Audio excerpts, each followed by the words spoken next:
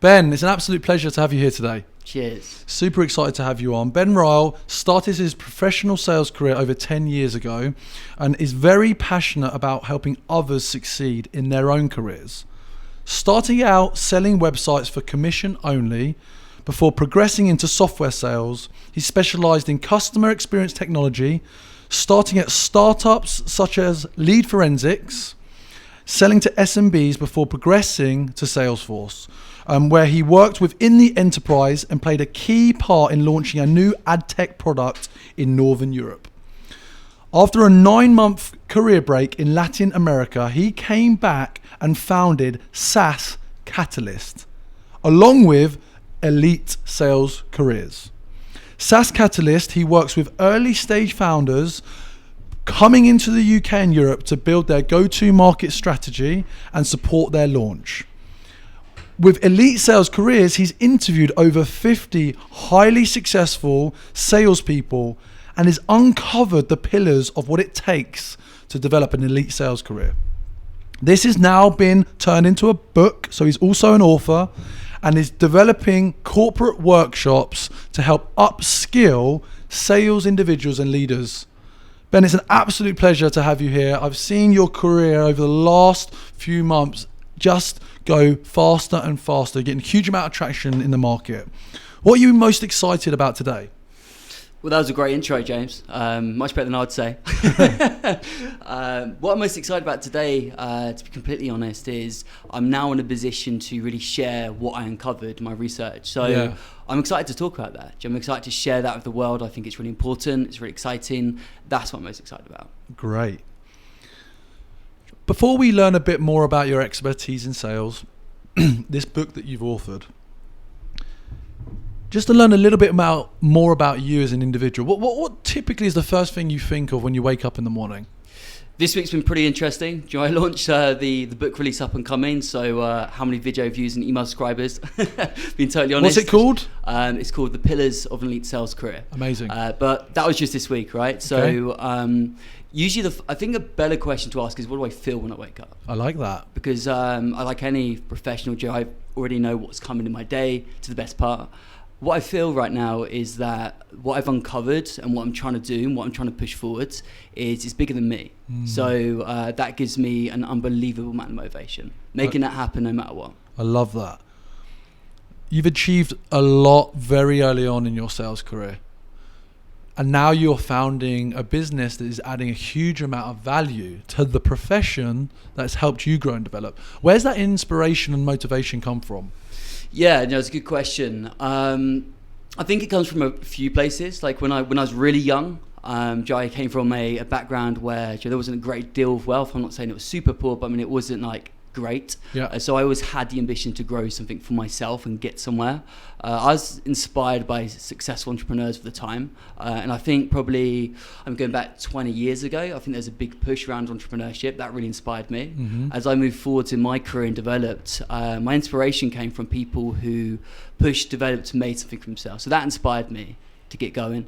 So that's really kind of where the inspiration comes from. Is there a particular individual that in those early days that kind of captured your interest, that you think, do you know what, I'd love to be like that or similar?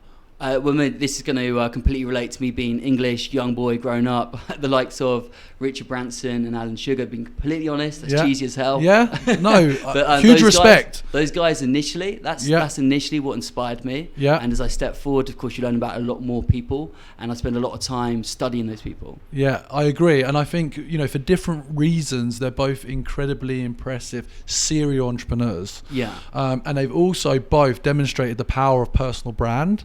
And the ambition to kind of grow into different vertical markets, international expansions. So while particularly Alan, has certain personality on, daytime TV, I think absolutely the level of graft and what they've achieved has been phenomenal. So that's exciting. Just thinking about sales though, when was the first time you experienced sales as a buyer or yourself as a salesperson? Yeah, I think as a salesperson, we all love this story of how that began for all of us, right? For me, that's when I was 12 years old. I was in a park. I don't know if you ever remember the models called Games Workshop. Yes, I do. These little cool figurines of military things, right? A kid came up to me and said, "Hey, are you Ben with the Games Workshop for sale?" And I know there was another guy called Ben nearby, but I had Games Workshop and I just got a load given to me by my brother. So I was like, sure. So took him to my garage. He had £50. I mean, when you're 12, £50 is a lot of money, right? Yeah. So took him to my garage, saw them. It's what he wanted. Upsold him a tank or two for £5 a go. Should have sold him for 15, but you live and learn, right? Absolutely. I had time to progress. I love that. So I made £60 at 12, and that's like the best feeling. I never forget that feeling of that first deal. I love that story. That's fantastic. You move very fast through startups and into a major global corporate like Salesforce. What did you do that made you successful each stage of your career? Yeah. I think the underlying point for me, something I'm particularly strong at, is being able to like visualize my future and have the absolute belief to achieve that. That's something that's been my underlying point that's kept me going. What's strengthened that is success along the route. I mean, just to say but of course, there's a lot you've got to learn, right? You can't just walk through for belief. There's a lot you have to learn. The first thing for me was, I would say, when I started commission only, obviously I made a lot of money, absolute waste of time. I don't think I really made anything through that period of time. But what first helped me progress is I was researching a market around selling websites, e-commerce, stock systems to retailers, bringing them online, because that's when that was all happening. Yeah. Then I found a company that had already built the solution to do all of that. So I was researching this company. He said, "Hey, this sounds great. Why don't you come work for me?" So the first thing for me was having a mentor. That first 12 or more months of having this person mentor me, that one-to-one every day, really helped me learn, professionalize, sharpen myself up. But I outgrew this person. He helped me, but definitely not a boss you want to work forever. That's definitely clear in small businesses. So that's the first thing. Then I moved to lead forensics, and lead forensics, to be honest, that really helped me become more structured, be more professional, and learn the graft of sales. Mm-hmm. That's really where it happened. I think the biggest thing for me through that period of time is, to be honest with you, the managing director in that company, Paul Thomas, is probably still the most inspirational person I've met in my life. Like, absolute inspirational. Before, I felt people were trying to crush me in terms of, this is what I want to achieve, but he empowered you to do that. So that was the first thing. And it's also, people teach me the importance of reading, personal development, listening to my demos every day, working super hard, in early, out late, doing whatever it takes to succeed. And that intense focus allowed me to grow and turn into a professional. But then I got to a point where I was no longer challenged. I wanted to step it up. Mm-hmm. There's always more you could grow there. Yeah. But I kept hearing about Salesforce. And it's okay, I want to work at a company like Salesforce, best product, best markets, best thing, like that's where I have to be. So I believed in myself so much, I just quit my job. Every recruiter said I was mad, but I didn't listen. I just quit my job and went for Salesforce. After 3 months, my third attempt, I finally got that position at Salesforce, and damn, that was a serious high. Serious high. But then again, at Salesforce, it's a step up of caliber of people. I was around, again, some exceptional people. So I learned more about being that professional, being an expert, being more of a consultant, more complex deals, more complex organizations, really growing a product in an organization and building a personal brand. That was massive. There's a lot more that could have come from there, but that was a huge thing for me. That's a very impressive story. There's a couple of things I think, just to reiterate there, that idea that you can visualize your future. I talk a lot about designing, your life, designing your dream. Now, you can't go anywhere unless you know where you're going, or be excited by that. So I think that's very impressive. Clearly, your persistence and backing yourself to pursue what you believe is going to make a difference, and also getting access to the right mentors and coaches and people that can develop you. And as you know, when we go into this year, we're excited about creating that experience under the Sales Confidence membership. We're sharing that together. We're excited about this journey. So I'm keen to learn more, particularly about the interviews as we go on, to learn more about this book that you've authored. Sure. So that's a great point, actually. So can you just give us a recap? As an author now, you're about to release this book. What's the book called? What's the fundamental reason why should people pick up this book and read it today? Yeah, so I think I'll tell you why the book is, and then I'll tell you why it's called what it's called. I think that'll make more sense. Okay. The reason I've created this book, and to be honest, I never thought I'd write a book. So this for me is like, if I asked myself a year ago what I'd be doing today, I'd be like, you're crazy, you're out of your mind. Had you dreamed about reading? It's been in my mind for a long time. Okay. A very long time. But having the confidence to go and do that took a long time. Amazing. I think the reason I'm doing this is as I step through my career, and as any sales professional steps through their career, and you've kind of just got to figure it out, the successful people. There is no like Bible as such. You just got to figure it out. Yeah. I've seen hundreds of people not be successful, not make it, not progress, not get it. Hundreds. Starting in SMBs or startups, whatever. When I got to Salesforce and seen people come in, I saw people come from all sorts of different paths to get there. Yeah. And I was intrigued and confused, and a lot to learn from that. So I really kind of like understood these people's stories and why they got there, just through drinks or whatever, or just observing it. And what I noticed is these different paths. So the reason I wrote this, or started to write this, is I just feel that there is a clear path. Yeah. And I kept noticing there is a clear path. Even Absolutely. though I started my career one way, someone could come from a consulting company and come in. Someone could go for a graduate program and come in. But what they actually did to get there, it's the same. So that's what I uncovered. What then led me to writing this is I sat on this for quite some time, a lot more than a year. When I took that time out, I just couldn't escape the idea. I thought, okay, do you know what? I've got to write this. I've got to do it. I don't care what happens. I'm just going to do it. Going on from there, I started to write, but soon into this, I realized I'm just another sales guy that's done all right, but that's it. Like, it's not that impressive. So then, like from my perspective on a bigger scale. Well, maybe, from your measurement against where you are today and where you aspire to be, but let's not underestimate what it takes to sell something for commission only, to drive an early stage business where processes are being developing, and then join arguably one of the most impressive sales organizations on the planet today. So I don't feel like you should undersell that experience, and I'm keen to know why you and why now then, and explain more. Okay, I big myself up a bit more, so well done me. Yeah, he's good. Check him out.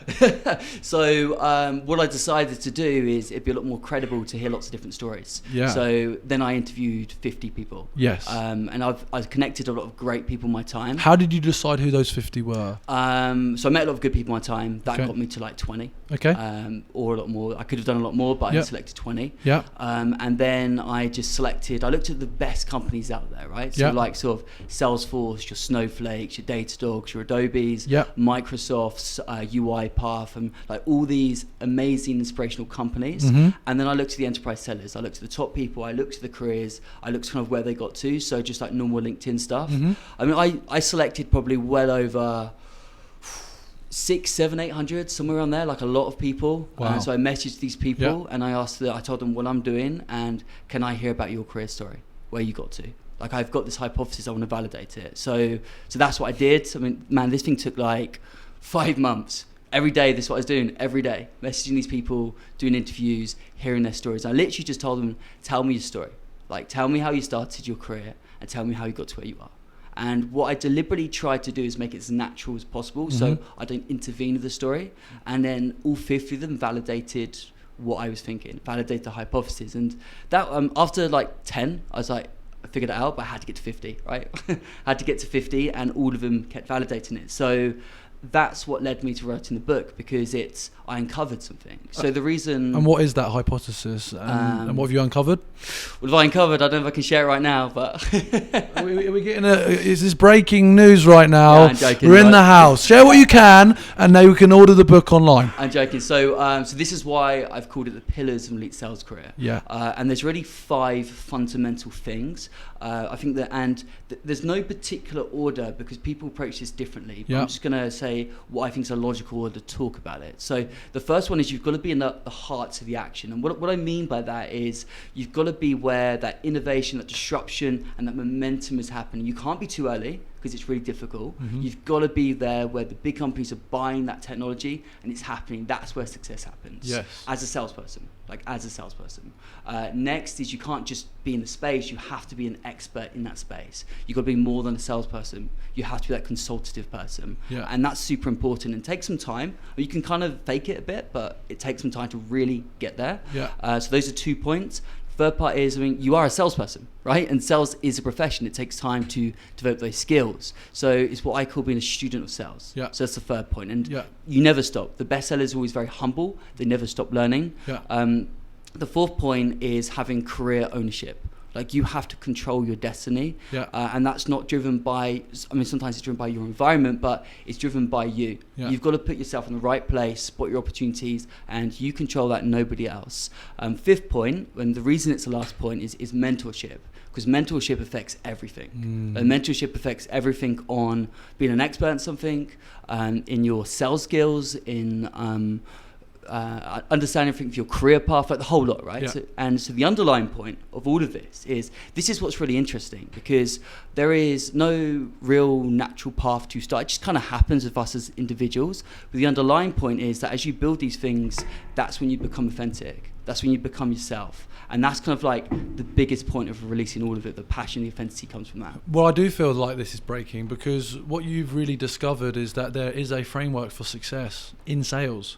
And for a long, long time, sales leaders in traditional industry have considered it an art that they weren't willing to share. Some were better at coaching, some were not so good, and some talented individuals were able to discover their success. As the market has been changing over the last 10, 15 years, particularly with the introduction of new technologies, you have to become a bit more process-driven to deliver results that maybe in a nascent market, for example, the telecoms market in the early days. You literally had a phone line and access to a phone and a switch where you could sell your phone numbers, you would succeed. Yeah. Right? You really didn't need to have much news to be able to sell mobile phones, let's be honest, right? Yeah. And there's some fantastic British entrepreneurs. If you think of the car phone warehouse as one example, and that has changed. We're in a hyper competitive, fast growing software market right now, where there's a huge amount of liquidity in that market. There's a huge amount of venture capital, and there's a huge amount of growth expectation, often on non-commercial minded founders. Yes. And then they're hiring young, hungry, potentially bright individuals, but not giving them the tools, not giving them the frameworks, not giving them the pillars of success.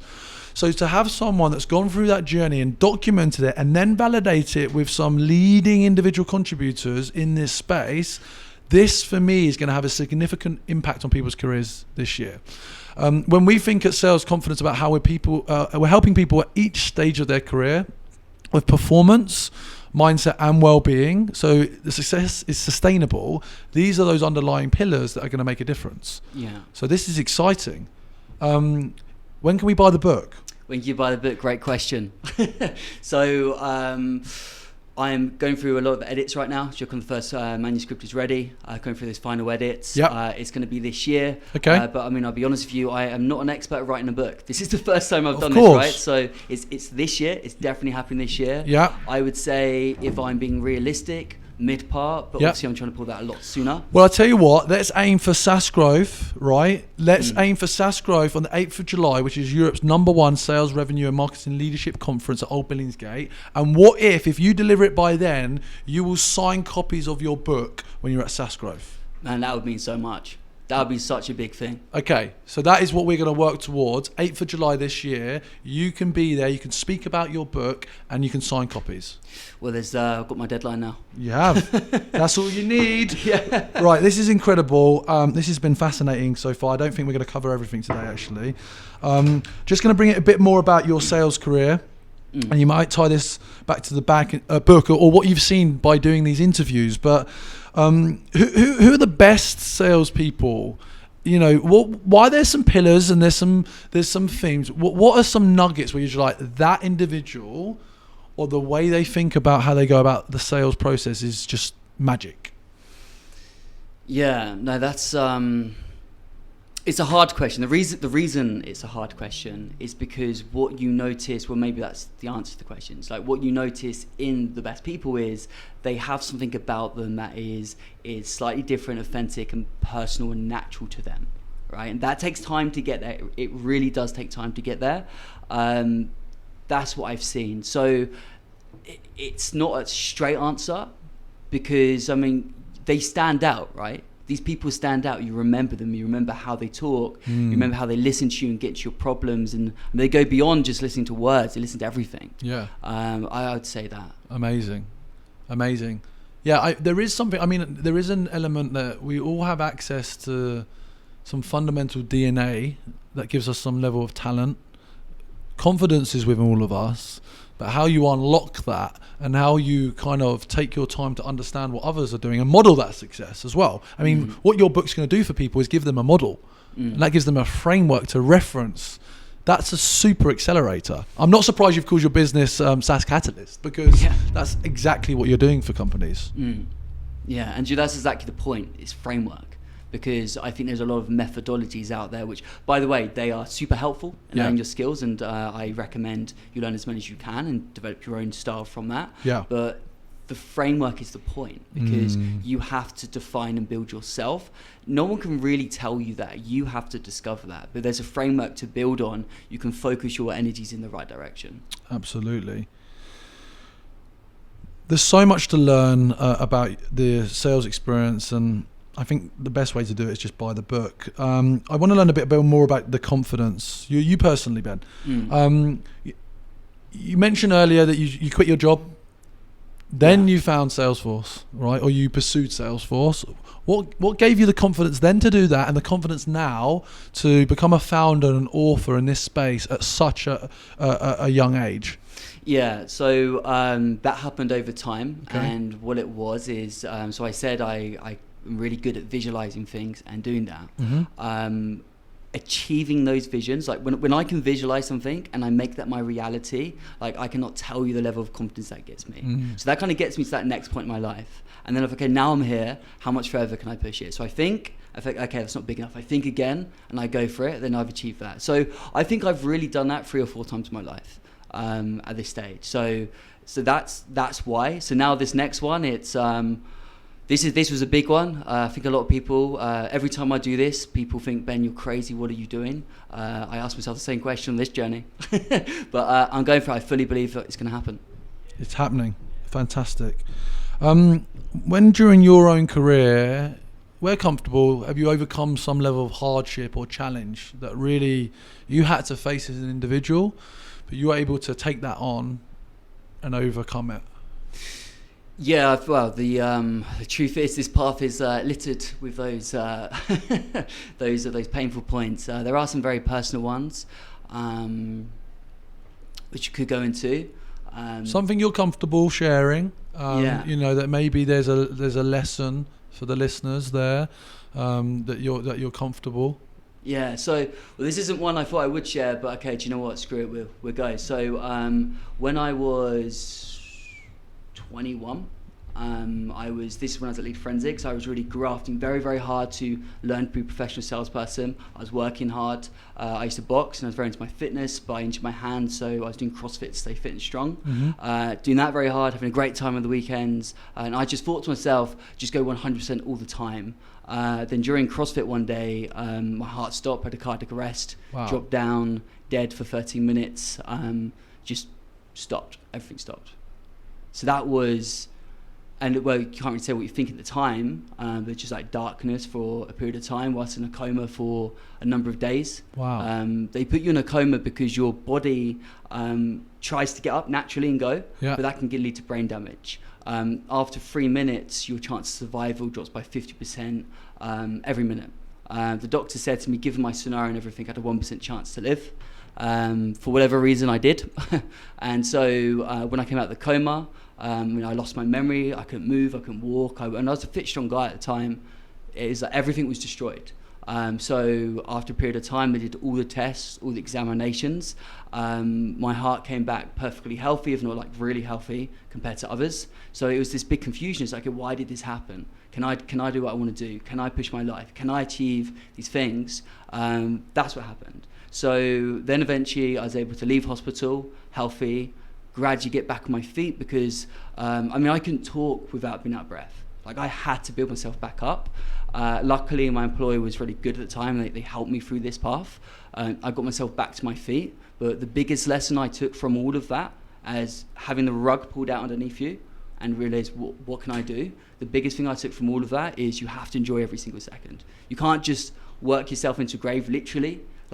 Otherwise, you have to enjoy every second. Otherwise, what's the point? So when I say hardship, that was the biggest hardship. I didn't even know if I could do anything anymore. But then after this, when I got myself back together and I focused on enjoying life more, my success really just pushed on. I connected with myself more. So didn't think I was going to share that story, but that's the biggest hardship I faced in my life. Well, that's just blown me away. That's incredible. And I think, while I've not experienced that depth, I know what it means to be at the bottom. Thank you for sharing that, and I think that's incredibly brave, and a hugely powerful statement to someone that has literally survived being switched off and coming back on to achieve what you have achieved is even more remarkable. And I think it's also a great lesson for those that, particularly our first world listeners, that feel like maybe they cannot achieve, they're limiting their own thinking. You as an individual had to teach yourself again in your 20s to relive. And not only relive, like strive, like get back on the wagon to go on and achieve what you have achieved. So this is, to be honest, this is the most amazing story I've heard, mate. So that's blown me away. Thank you for sharing it. I think this for me demonstrates, Ben, why I think when I hadn't come across that story, but there was something in you, an essence that is driving you right now, which is making you stand out, particularly here in the UK. But I'm not surprised now that you will become more of a global phenomenon, because ultimately what you have demonstrated is no matter what hardship you have, you can still strive and survive it and achieve it at the highest level.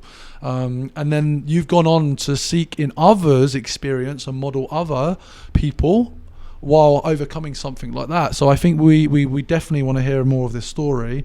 That's great. I mean, I'm not sure how we can top that, Ben, but I'm going to ask, just kind of lighten it up before we wrap up this conversation.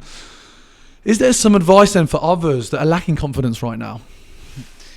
Yeah, there's many things I could say, right? Because one of the things I asked every single person in the study was, what advice would you give? So I have 50 people's advices to share, right? Sure. Well, 51 if you include me and many more. They're always different, to be honest. And the reason... For you? So the reason it's different is because it's individual and personable.